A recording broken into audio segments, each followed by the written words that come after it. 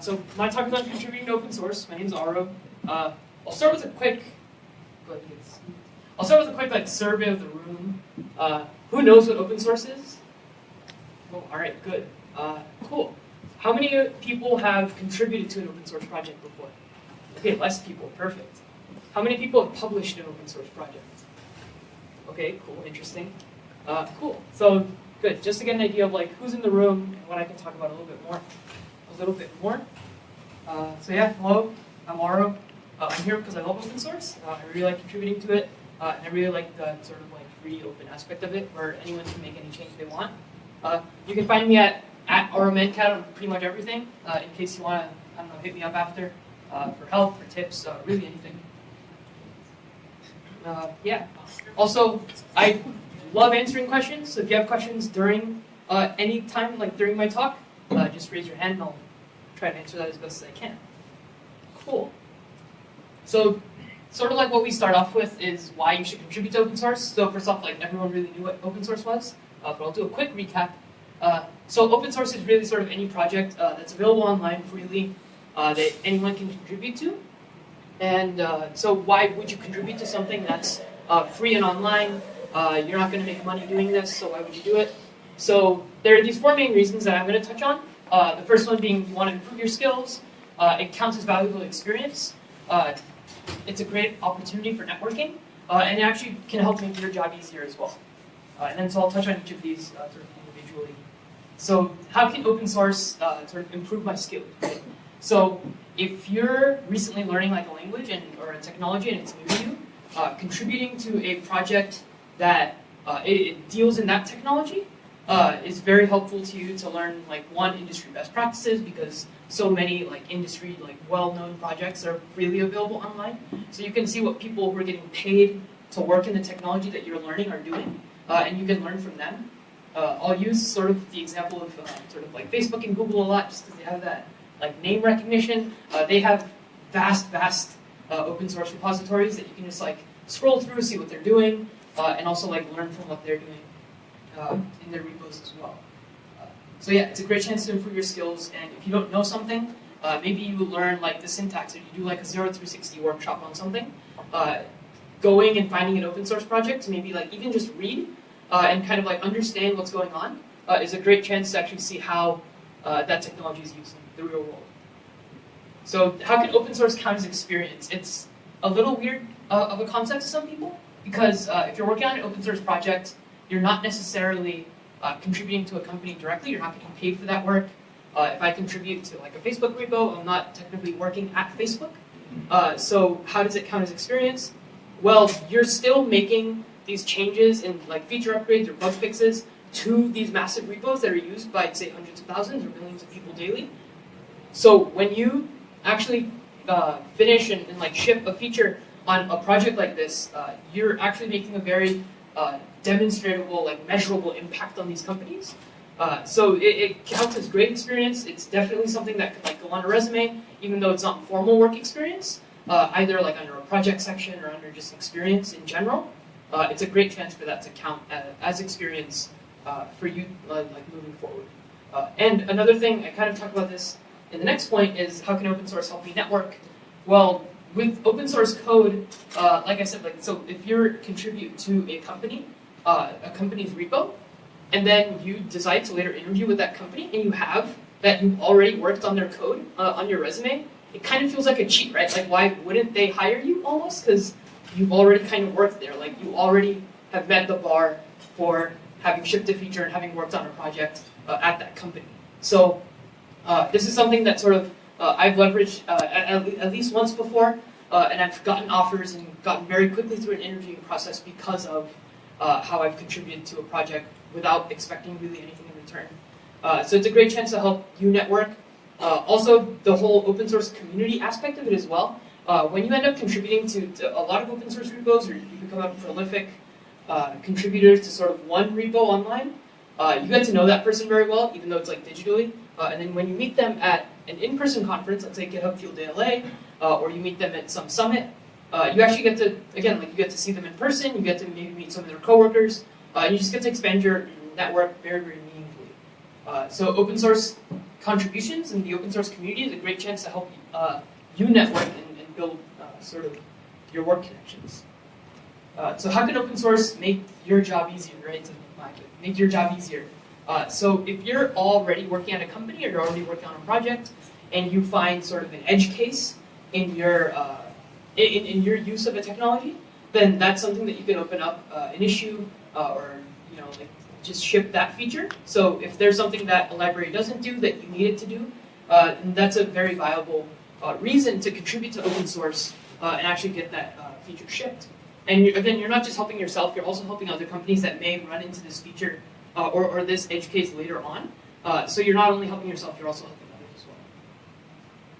So how can you actually contribute to open source? So maybe with those 4 questions, you've kind of been convinced that open source sounds really, really cool. This is a GitHub event, so I hope you guys think open source sounds cool. But if you actually want to start contributing to open source, I will also go through some tips on how to start. So the first one that I've always kind of if I contribute to open source, most of the time it's through that first bullet point, which is to start looking at your own projects first. So if you're using sort of a library or framework, and you either want to learn how it works, or you find a bug, or you just want it to do something that it doesn't do right now, then that should always sort of be the first avenue for you to at least go to the GitHub repo, kind of get a lay of the land, see how open are they to contributors, how often do they push commits, etc. If that doesn't work, do I go over each one individually? Okay.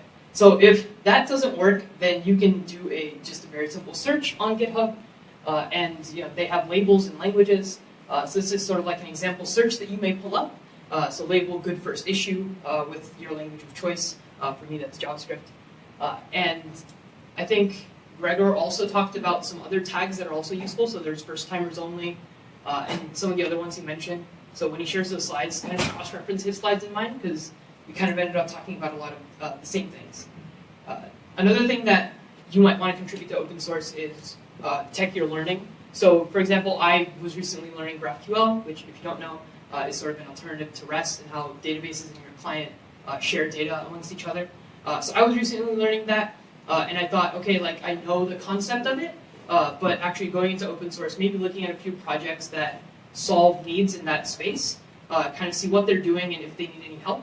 I ended up publishing my own project, which is number 4, which is also always viable. You don't always have to contribute to projects that are already existing. You can always make your own. So I made a pretty simple, just a boilerplate server called the Artemis server that kind of handled a lot of modularity cases between GraphQL files and just not having one giant file with your schema. That's a little tech specific. I'm not going to go into too much detail there. But that's also always an option, is you can always publish your own project instead of just contributing to something that's already existing.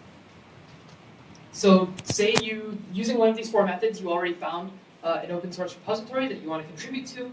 Sort of how do you navigate one? You just see a bunch of files and you think, okay, that's great. What do I do from here on out? So just some standard files that should always be in any sort of open source repository, in my opinion, that's accepting contributions, is a README, which is basically standard information about the project. What is the project? What does it do? What are they kind of looking for? And then if they really, really want you to contribute, they may even have a contributing.md file. And MD here just stands for Markdown. But the contributing file is really for people that are looking to contribute to the project. So this file would include stuff like how do you file a bug, how do you suggest a feature, if there's any sort of template or any sort of workflow that they want you to follow, then this stuff would typically be in the contributing file. It's also, if you're having trouble getting the environment set up, then this stuff would also be in that contributing file. So, okay, so you've sort of navigated the repo, you've kind of found the issue that you want to contribute to or a feature that you want to build. So now you actually want to go ahead and make that feature a reality. So you may think, okay, so what's the workflow for a standard contribution? So these sort of 6 bullet points are kind of based off the GitHub workflow, which I've linked to there. And so the first thing is you either want to create an issue if it's not existing, or volunteer for an issue. An issue here is just a GitHub issue. It doesn't have to be a bug. It can be a feature request as well. You want to fork the repo, meaning if, say, for example, I'm contributing to a GitHub repo, like an actual GitHub corporate repo, then I would fork GitHub/GitHub Field Day to ro/GitHub Field Day. I would create a branch there with the issue number. So when you create an issue, there's a certain number assigned to it. This is sort of just like typical sort of industry practice is to have the number there, so it's very easily referable. So you sort of create a branch on your own repo with that issue number, contribute, so kind of do what you have to do, write code, delete code, change code, and when you're done, you want to submit a pull request, and then that pull request sometimes takes a while to get merged, but once it's merged, you're done, you have effectively contributed to open source. Yeah. So that's kind of it for the workflow for a contribution. I wanted to leave some time at the end for discussion time. So are there any questions about sort of open source or how you contribute, why you would contribute, etc.? Yeah. It's more of a personal question for you.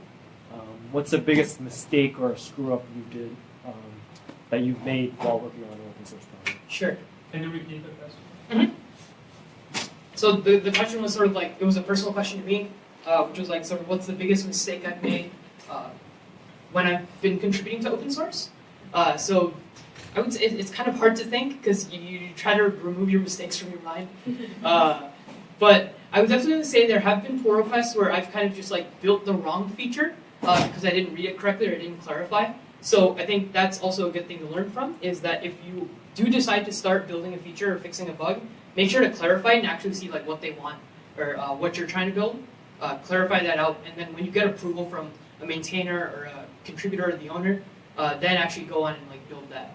Another thing that you should also do kind of is I try to ask for approval sort of at every like sort of stage of the change that I'm making. So if I'm building a feature, but it's pretty complex and there's going to be multiple parts to it, I try to ask for approval at each part versus building the entire thing out.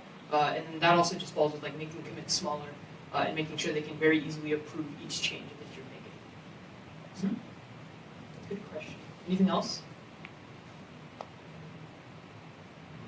Any questions? A lot of you haven't contributed to open source, so you should have some, like there has to be some reason you didn't, or you haven't, right? Yeah. Yeah, there's a reason. So one time I met lots of people saying you need to contribute to open source and you think it's good for your job career and everything. So I was really into 3D printing at this time, still into it. So I contacted a famous open source muscle board for 3D printer with Smoothie Board, and I went to IRC chat and I had to talk with the project founder of the Smoothie Board. They say, okay, we want people from open source, that's really good, and I'm in computer science, so they can really use my skill, but I have to buy a $200 Smoothie Board to start. It's like, Yeah, so it's definitely a high barrier to entry. I think it's a little more difficult maybe with hardware open source projects. Personally, I haven't had the chance to contribute to a hardware open source project yet. So I wouldn't really know where to go from there. I mean, some suggestions would just be like if you and a friend both want to contribute, maybe you can split the cost of that hardware, or you can see if there's a makerspace in your area that maybe already has that hardware that you can go to start contributing. But yeah, I'm not very experienced on the hardware side of things. Yeah. Do you have any advice for getting accustomed to other people's code bases? Accustomed to other people's Yeah, code it's bases? kind of hard to adjust yourself. Mm-hmm. Yeah, so I think a lot of it comes with practice from just kind of like reading open source projects.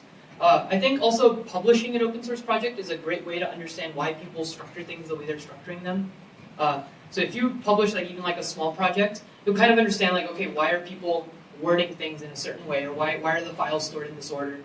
Because you realize that like when you're publishing it and you think in the mindset of other people are going to be looking at this code, you tend to put things in a different order than if it was just you working on that code itself. But I think a lot of it comes with practice. And that can be anything from just like, if you pull in a dependency for a project, again, like my experiences in web with JavaScript, so you pull down dependencies a lot. But maybe it can just be like every time you pull down a dependency, you kind of just go over to the project, like the GitHub project page, kind of see how everything's laid out, and just get an idea of like what's happening really, how does it do what it does. So just like maybe invest like 20 minutes into that. And then after enough time, you'll be very accustomed to kind of just like looking at an open source repo and just like grasping that very quickly. Yeah. Any other questions? What was the first open source project that you contributed to? Yikes. Or at least some of the stuff that you did in the beginning. Like. Yeah, it definitely wasn't as intense, right? So I talk about this a little in the next slide. I'll just make sure. So what can you contribute? So again, fixing a bug and implementing a feature isn't the only thing. You can write documentation too. In fact, it may be one of the most valuable pieces of contribution that you can make because open source open source publishers, when they publish their project, they're kind of worried about making the app functional and actually making it like work. What they may miss out on is actually writing documentation for their code or writing examples, really making it like approachable by users. Or as Gregor said, you can even make an icon or a logo for a project, and that may help skyrocket their popularity. But when you think of contributing to an open source project, it doesn't always have to be code. So even writing something like documentation, or say like writing an article about the technology, and maybe they can link that in their README. But not all code that you contribute or not everything you contribute has to be code. So my first sort of contributions were always like documentation, just because I was focused on sort of understanding the repo a little bit more. And by reading the documentation and writing on top of it, you end up, by writing the documentation, you have to end up like reading it too, which means you'll start understanding what the project does. Any other questions? Cool. So, what if I don't understand the code? You kind of touched on this with Jack, right? So if you don't understand the code base at all, you kind of just like see a snippet of code that you don't understand that you have to make a change to for your feature to fix a bug, just ask for help. I mean, they're not gonna like get mad at you or like do anything. Like they can't do anything to you. So there's nothing wrong with like just asking like, hey, I don't understand what this code does completely. So can you just like help me understand it or point me in the right direction? That's completely okay as well. And if they're a good open source publisher and maintainer, they'll try to help you as best they can. Even partially completing a pull request is completely okay. So actually a very recent contribution of mine was to Carbon, which is a project that basically helps you make little images that look like code in like Google Slides. And then so for that, they didn't have a GraphQL syntax highlighting, and I wanted to build that. I was only able to partially complete it, and then sort of like school got in the way, and I wasn't able to finish it completely. So I basically partially completed it, and I said, can you take it the rest of the way? He was able to finish that pull request. So even partially completing something, like starting something, hitting a place where you're just like, okay, I just can't move forward, even if they kind of explain it and you're not understanding, you can ask them to finish, and if they finish it for you, also take the time to like go back, see what they did, kind of like read through that code, and it'll just help you understand it a little bit more. I think that's all. Any other questions before I just wrap this up? Anything? Cool. Further references, talked about this earlier in the keynote. Open source guide is great. It's a lot more comprehensive than my sort of 15, 20-minute talk can be. Open source Fridays are also great. Every Friday, try to contribute to an open source project or even read an open source project. It's just a great chance to just kind of start getting accumulated and getting in that mindset of maybe contributing to a project. If you're interested in just sort of what the landscape of open source looks like, Open Source Survey, they do a survey on open source contributors and maintainers every year. And this is 2017, so you may be interested in reading that. These slides can be found on slides.ro.codes. I know a lot of you guys also are on the board or are members of an org back at your school. So if you want to give this talk, because as you can see, it's pretty general. I don't really talk about myself in the slides much. So feel free to just like take these slides, give the same talk with your own spin on it, and I'd be happy to help with that as well. Cool.